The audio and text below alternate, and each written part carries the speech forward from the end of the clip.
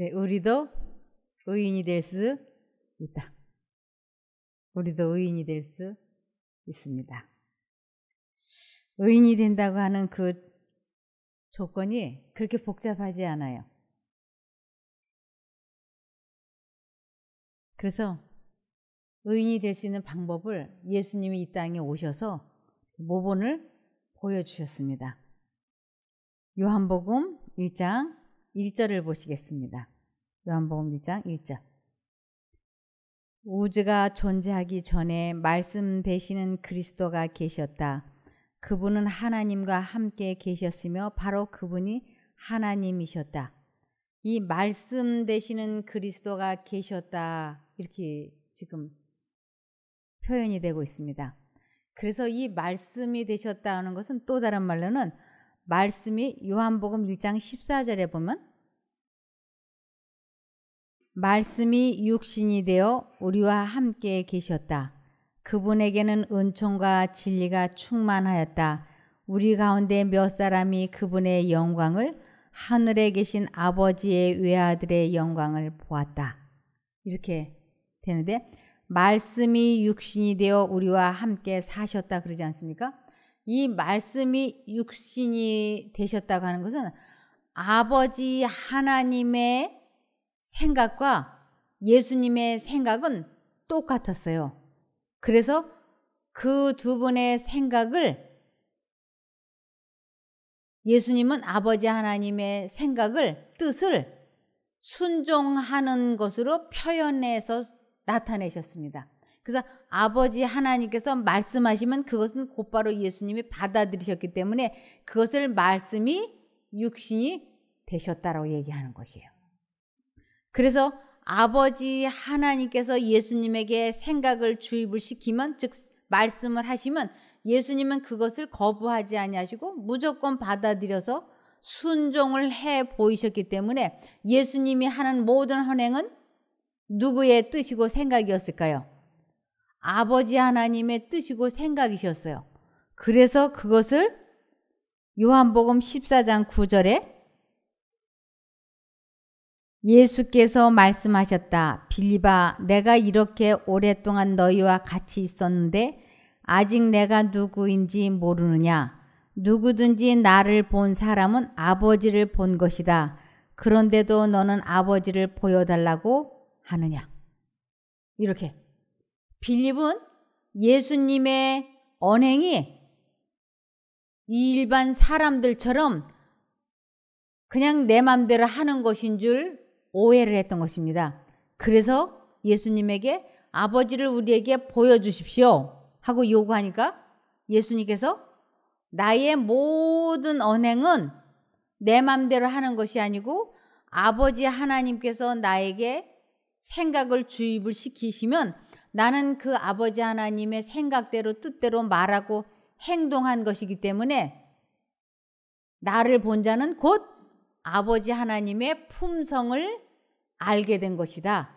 아버지 하나님이 어떤 분이신지 나는 그것을 몸과 말과 행동으로 여러분에게 알려주려고 이곳에 왔기 때문에 나를 본 자는 곧 아버지 하나님의 품성을 알게 된 것이다. 이렇게 말씀을 하시는 것이에요. 그래서 예수님을 보면 아버지 하나님을 본 것과 같고 하나님을 믿는 사람을 보면 하나님을 본 것과 같아야 한다. 그것을 편지라고 한다. 예수님을 보면 아버지 하나님의 품성을 알 수 있는 것이에요. 아, 예수님은 아버지 하나님의 품성을 사람들에게 알게 하시려고 이 세상에 오셨고 또한 우리가 예수님, 하나님을 믿으면 이 세상 사람들은 우리를 통해서 누구의 품성을 보기를 원할까요? 예수님의 품성을 보기를 희망하는 것입니다.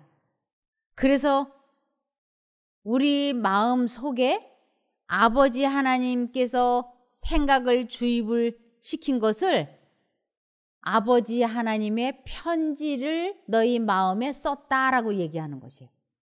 그러니까 우리가 돌아다니면서 말하고 행동하는 것은 예수님이 말씀하시고 돌아다닌 것은 아버지 하나님의 품성을 나타내려고 그렇게 하셨던 것처럼 하나님을 정말로 잘 믿는 사람들이 말하고 행동하고 돌아다니는 것은 결국 예수님의 품성이 이렇다라고 하는 것을 사람들에게 전도하는 것이고 그것을 곧 예수님의 편지가 돌아다닌다라고 하고 있다고 하는 것입니다.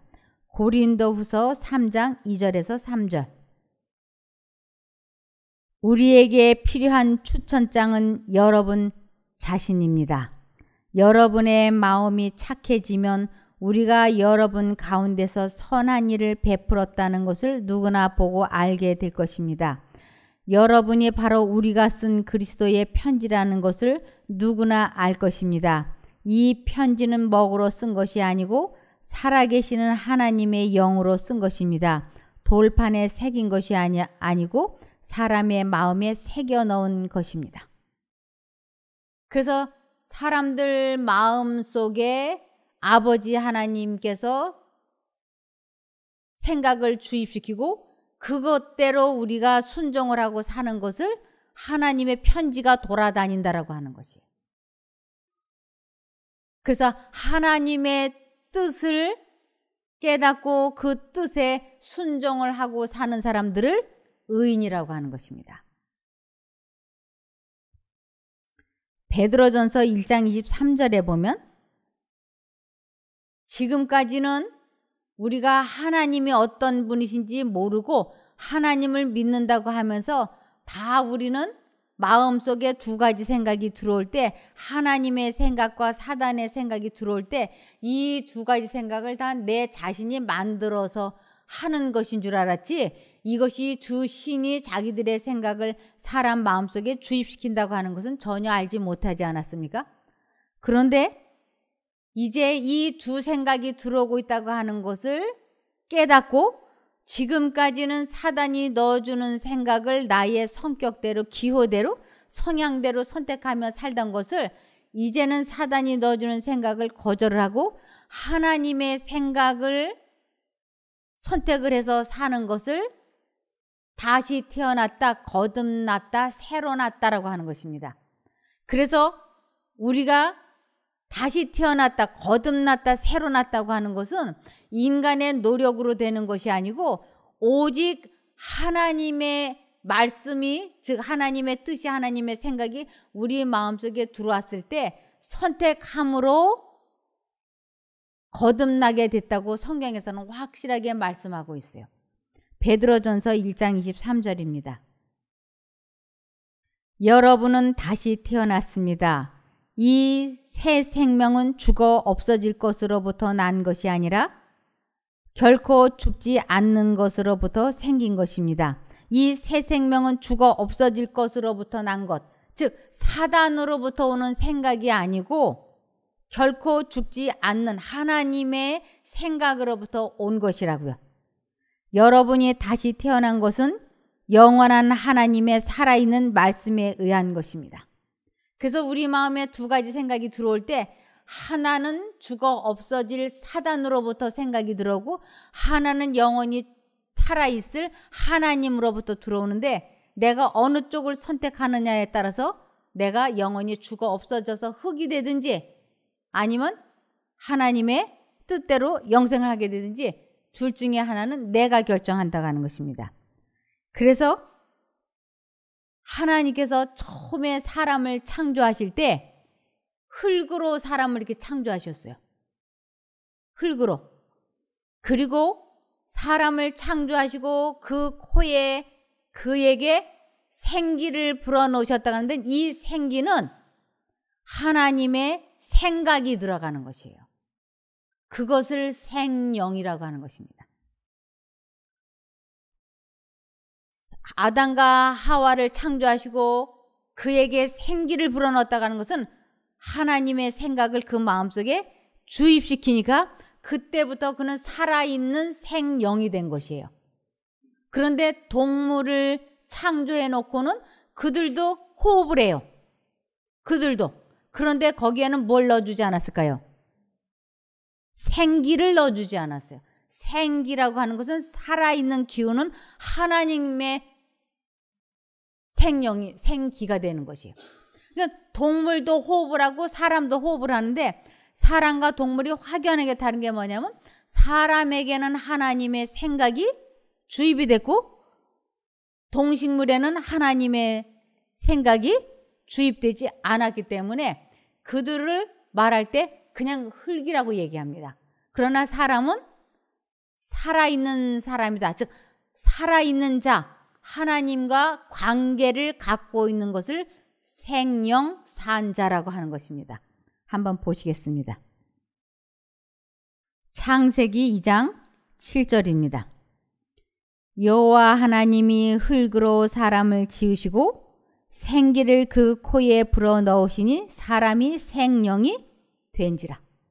그래서 사람이 생령이 됐다고 하는 것은 하나님과 관계를 갖고 하나님과 같은 생각, 같은 마음을 가지고 있을 때 이것을 생령이 되었다. 즉 산자가 되었다라고 하는 것입니다. 그런데 창세기 2장 19절을 보시면 여호와 하나님이 흙으로 각종 들짐승과 공중의 각종 새를 지으시고 아담이 어떻게 이름을 짓나 보시려고 그것들을 그에게로 이끌어 이르시니 아담이 각 생물을 일컫는 바가 곧 그 이름이라. 요 짐승들도 호흡을 하죠. 사람도 호흡을 해. 근데 사람에게는 생령이 되게 하셨고 각종 동물에게는 생기를 주지 않으셨어요. 즉 호흡만 할 수 있게 해주셨기 때문에 그들은 생령이라고 하지 않는 것입니다. 그래서 지금 이 세상에 수많은 사람들이 살고 있는데 그들이 하나님의 생각을 선택하지 않고 있는 것은 그냥 흙덩이로 봐주시는 것이에요. 그것을 죽은 자라고 얘기하는 것이에요. 그리고 하나님의 생각이 주입이 될 때 하나님의 생각, 말씀을 선택을 해서 순종을 하게 될 때 이것을 산자라 그러고 생령이 되었다라고 하는 것입니다.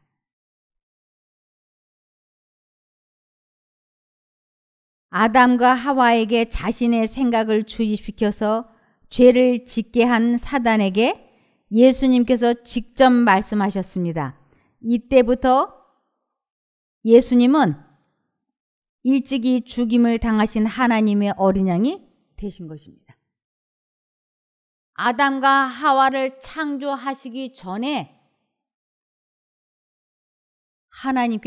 아들 하나님께서는 내가 사람을 창조하되 만일 사람이 죄를 선택하게 되면 나와 관계가 분리가 될 터인데 이 관계를 다시 회복시키기 위해서는 내가 사람이 당해야 되는 그 죽음을 내가 다시 대신 당해주고 사람들을 아버지 하나님과 관계를 회복시키겠다고 하는 청사진을 만들어 놓고 난 후에 아담과 하와를 창조하셨어요.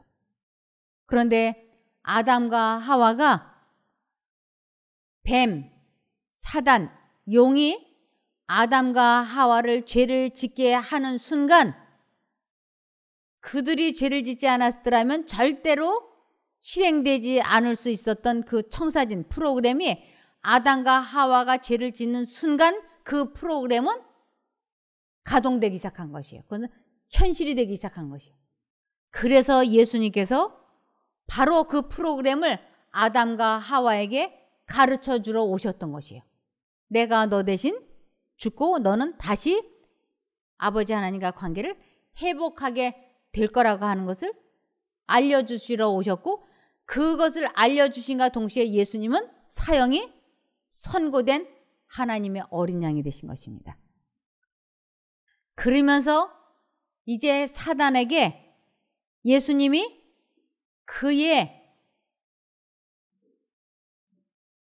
사단에게 이르러 오는 그 결과를 예수님이 선고하러 오셨어요.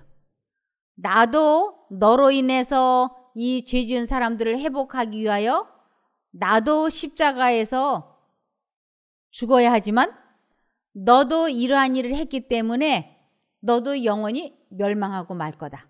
이 일을 했기 때문에. 그래서 흙이라고 하는 단어는 사망, 죽음, 멸망이라고 하는 뜻을 가지고 있어요. 우리 이런 말 여러분들도 들어보셨을 거예요. 내 눈에 흙이 들어오기 전에는 그런 일은 안 된다. 내 눈이 흙이 들어오기 전에는 그런 거 할 수 없다. 이런 말씀 들어보셨죠? 내 눈에 흙이 들어온다라고 하는 건 뭐냐면 내가 죽기 전에는 그런 일은 안 된다. 이런 뜻이에요. 그래서 여기 창세기 3장 14절을 보시면 그래서 여호와 하나님이 뱀에게 말씀하셨다는데 이 뱀은 사단에게 직접 하시는 말씀이세요. 하나님께서 이 날짐승을 가지고 뱀을 가지고 말씀을 하시겠어요? 사단에게 직접 말씀하시는 것이죠. 그러면서 여기에 그래서 여호와 하나님이 뱀에게 말씀하셨다. 내가 이런 짓을 하였으니 그랬어요.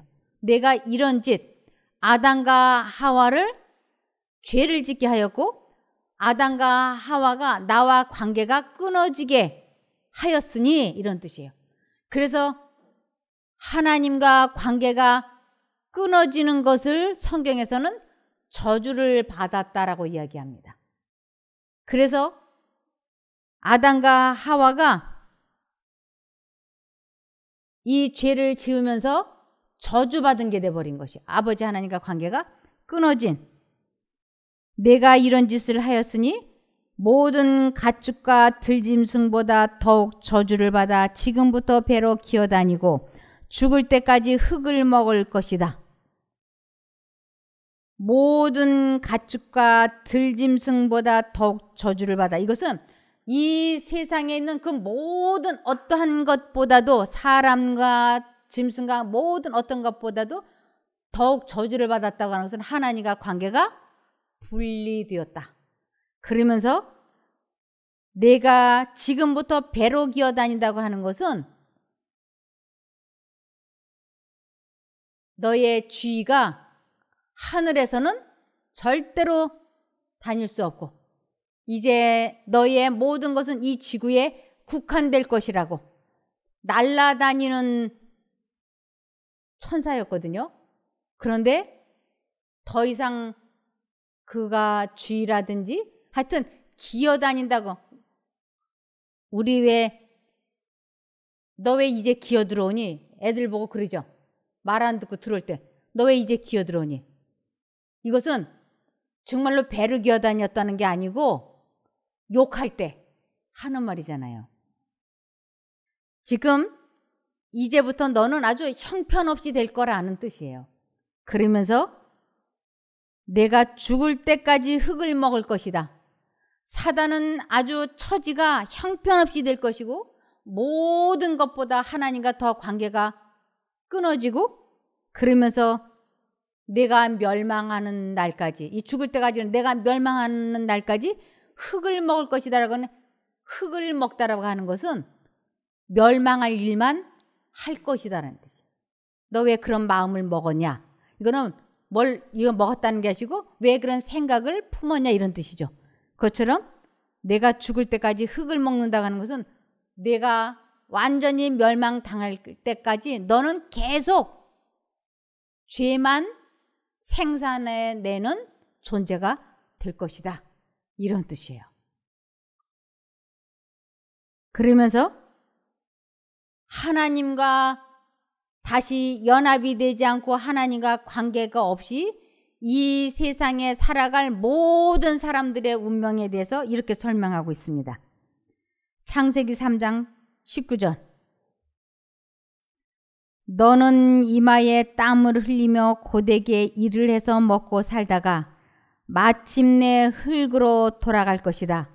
이것은 내가 흙으로 만들어졌기 때문이다. 너는 흙으로 돌아갈 것이다. 하나님을 알지 못하고 사는 모든 사람들은 이미 사망이 되어 있는 것이에요. 그래서 마침내 흙으로 돌아간다고 하는 것은 이 세상에 태어나지 않았던 것처럼 완전히 멸망될 것을 의미하는 것입니다. 그래서 너는 흙으로 돌아갈 거라고요. 우리도 다 흙으로 태어났죠. 그런데 이것은 하나님과 관계가 되지 않으면 다 죽은 자였는데 하나님과 관계가 되면 흙이 생명이 된다고 하는 것이에요. 그래서 디모데전서 5장 6절을 보시면 디모데전서 5장 6절 보면 일락을 좋아하는 이는 살았으나 죽었느니라. 그냥 하루하루를 내 맘대로 살고 이러는 것은 이 목숨은 살아있는 것 같지만 영생을 소유하지 않는 하나님과 연합이 되지 않는 사람은 이미 그 사람은 뭐예요? 흙이니 흙으로 돌아갈 거라고. 이미 죽은 자로 간주가 되는 거죠. 영생을 소유하지 않고 이 세상에서 70년, 80년, 100년 사는 것은 그렇게 가치 있게 봐주지를 않는 것이에요. 그런데 이 세상에 70년, 80년 그 사는 동안에 하나님과 연합이 되어서 흙에서 생명이 된다고 하는 것은 이건 굉장한 행운인 것입니다. 그래서 전도서 9장 5절을 보시면 전도서 9장 5절에 보면 살아있는 자들은 죽을 것을 알지만 죽은 자들은 아무것도 모르며 다시는 상도 받지 못하고 그들의 기억은 영원히 사라지고 만다. 영적으로 살아있는 자들은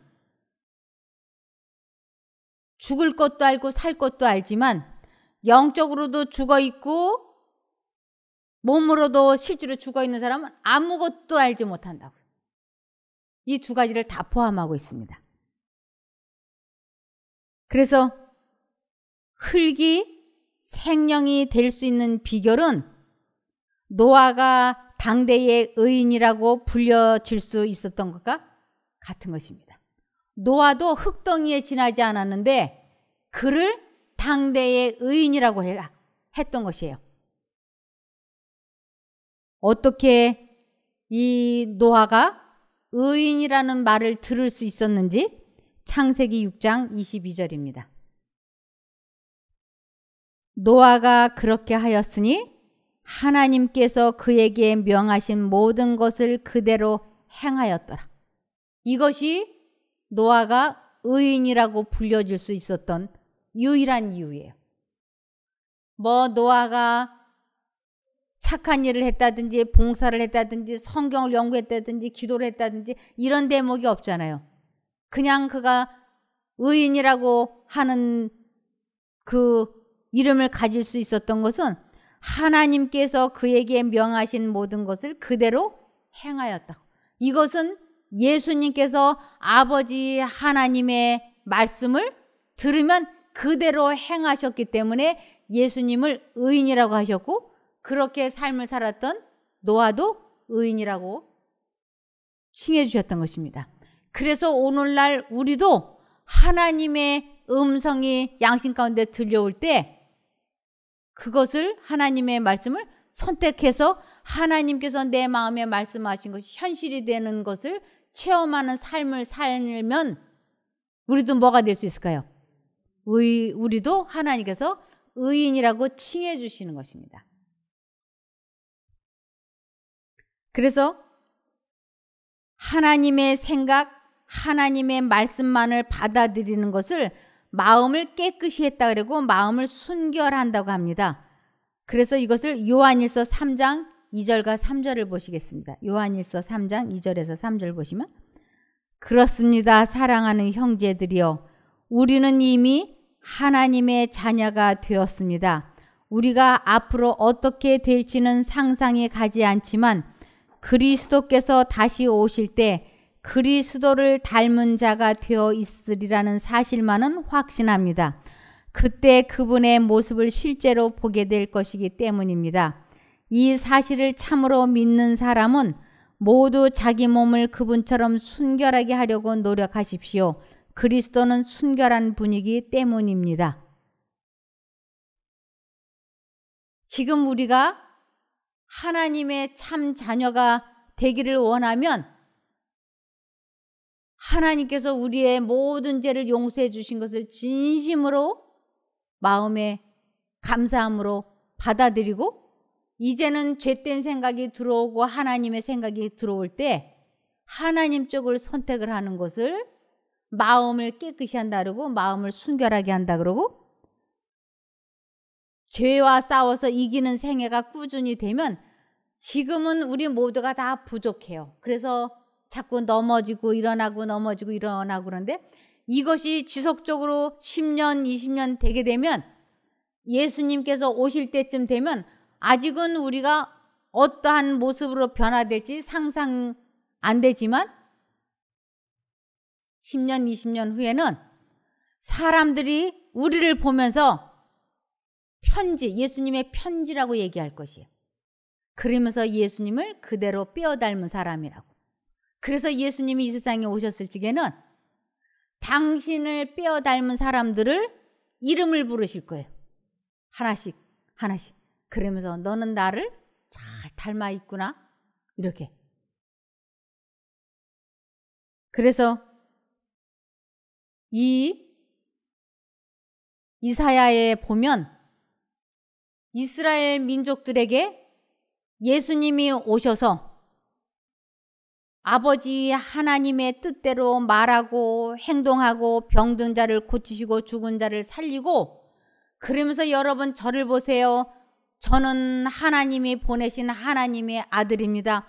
하나님께서 말씀하신 것을 내가 몸으로 표현해 주는 것을 말씀이 육신이 되어 우리 가운데 살았다고 하는 것을 나타내는 하나님의 아들입니다. 나는 아버지 하나님의 편지입니다. 그것을 사람들에게 이야기할 때 사람들이 예수님을 보기는 보고 그 말씀을 듣기는 들어도 그가 진실로 하나님의 아들인 것을 깨닫지 못했다고 말씀을 하세요. 그 이유는 진심으로는 개혁을 하기를 원하지 않았기 때문이라.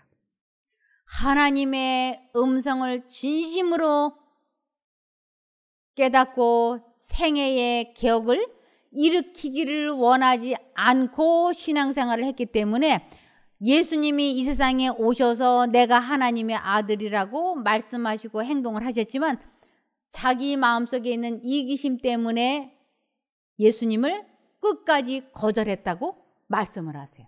그것은 오늘날 우리에게도 동일한 것입니다. 이 복음이 이렇게 선포가 되고 있는데도 하나님의 음성이 하나님의 생각이 이렇게 정확하게 선포가 되는데도 결정적인 순간에서는 하나님 쪽을 선택하지 않는 것입니다. 그것은 무엇 때문에? 이기심 때문에. 이것을 이사야 6장 9절에 말씀하고 있습니다. 이사야 6장 9절에서 10절. 그가 말씀하시기를 이 백성에게 말하기를 참으로 너희가 들으나 깨닫지 못할 것이요 참으로 너희가 보나 알지 못하리라 하라. 이 백성의 마음으로 살찌게 하고 그들의 귀로 둔해지게 하며 그들의 눈으로 감기게 하라. 그리하여 그들의 눈으로 보지 못하고 귀로 듣지도 못하며 마음으로 깨닫지 못하게 하며 회심하지도 못하고 치유받지도 못하게 하라 하셨더라. 사단이 사람들의 마음에 계속 이기적인 생각, 좋지 않은 생각을 주입을 시켜서 예수님께서 오셔서 말씀을 하실 때 예수님을 받아들인 사람은 아주 극소수의 사람이라고 하는 것이에요. 이것을 마태복음 13장 14절 15절에 이사야가 그렇게 예언을 했는데 그것이 예수님 오실 때 현실로 되었다고 하는 것을 마태복음 13장 14절에 하고 있습니다. 이사야의 예언이 저희에게 이루었으니 일렀으되 너희가 듣기는 들어도 깨닫지 못할 것이요 보기는 보아도 알지 못하리라. 이 백성들의 마음이 완악하여져서 그 귀는 듣기에 둔하고 눈은 감았으니 이는 눈으로 보고 귀로 듣고 마음으로 깨달아 돌이켜 내게 고침을 받을까 두려워함이라 하였느니라. 하나님께 돌아가기를, 하나님의 뜻을 선택하기를 두려워했다고 하는 것은 원치 않았다, 이런 뜻이에요. 누가 원치 않게 만들었느냐면 사단이 그렇게 했다고. 사단이. 이것을 마태복음 13장 14절 15절 쉬운 성경에서는 이렇게 말씀하고 있습니다. 따라서 이사야의 예언이 이 사람들에게 이루어지는 것이다. 너희는 들어도 깨닫지 못할 것이고 보아도 알아보지 못할 것이다.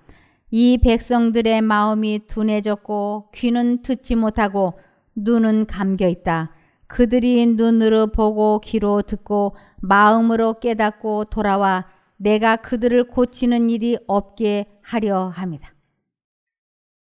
예수님께서 사람들을 다시 흙이 생영이 되게 하시려고 하는데 사람들이 원하지 않는 것이에요.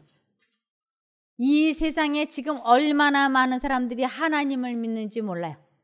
주여 주여 하면서 하나님을 얼마나 열심히 믿는지 몰라요. 그런데 하나님을 매 순간 선택하며 살았더라면 예수님의 품성이 돌아다니는 것을 사람들이 다 알았을 거예요. 그런데 너나 나나 할 것 없이 우리는 그냥 흙이 되어서 돌아다니고 있기 때문에 사람들이 감동을 받지 못하고 있는 것입니다.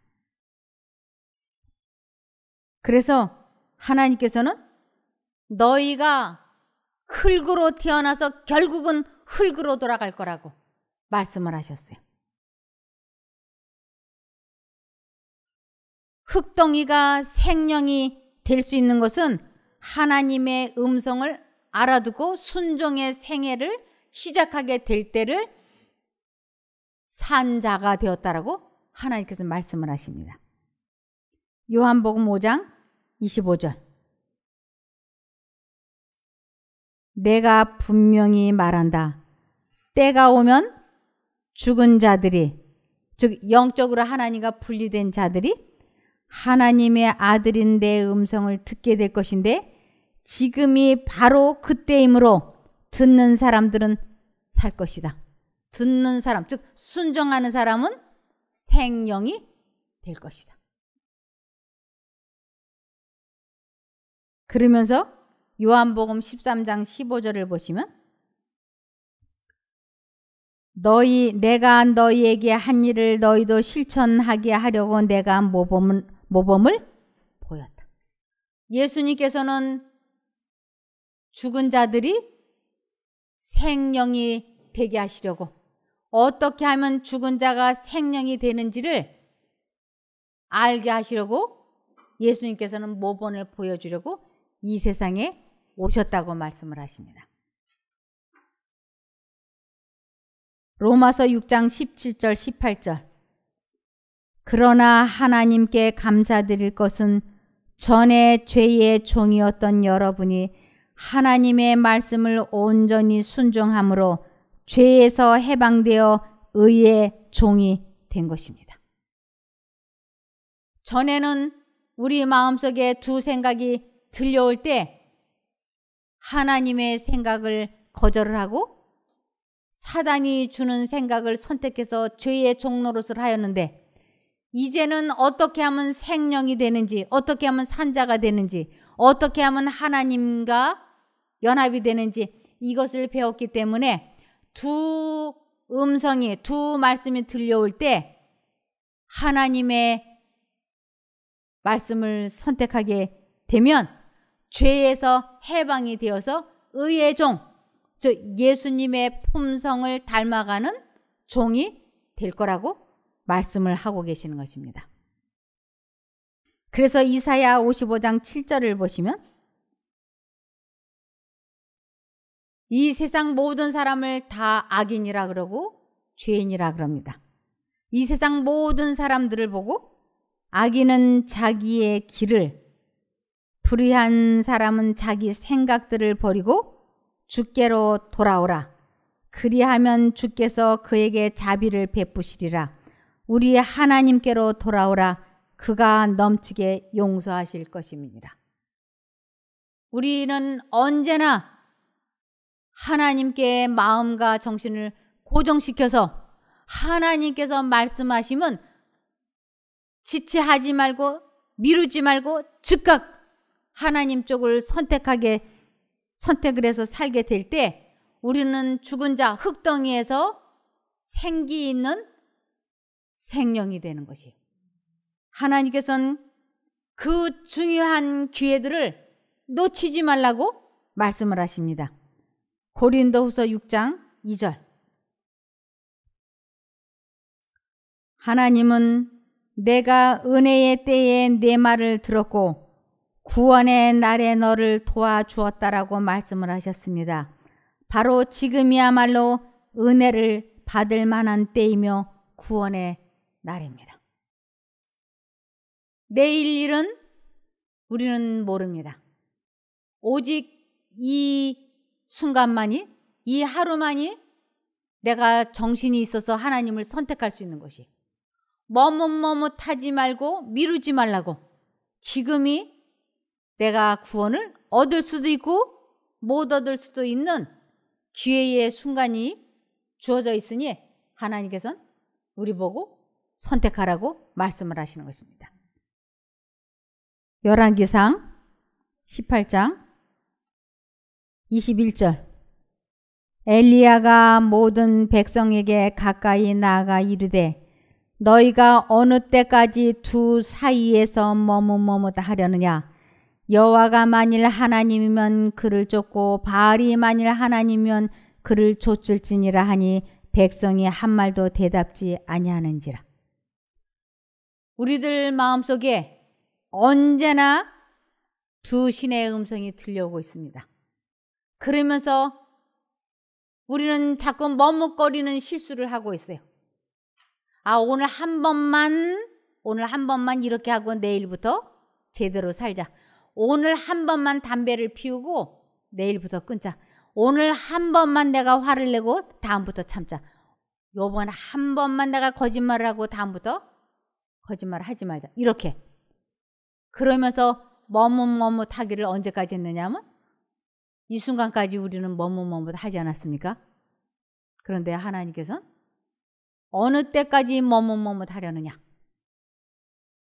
빨리 하나님께로 돌아오라고. 그 길을 버리고 그 생각들을 버리고 돌아오라고. 그래서 생명이 되라고 우리 모두를 초대하고 계십니다. 우리 모두가 생명이 되기를 바라며 말씀을 마치겠습니다. 기도하겠습니다. 하늘에 계신 저희들의 아버지 하나님, 지금까지 저희가 수많은 시간이 주어지고 기회가 주어졌던 것 감사드립니다. 그런데 결정적으로 하나님을 선택하는 일은 얼마나 많이 미루어 왔는지 모릅니다. 저희의 생명이 오늘 저녁에 없어진다 해도 구원이 어떻게 될지는 저희는 알지 못합니다. 하나님, 저희들에게 다시 한번 하나님의 음성을 제대로 알아들을 수 있게 도와주시옵소서.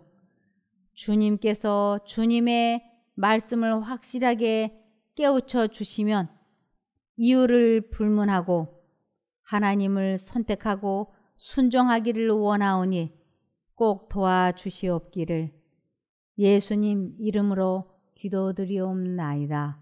아멘.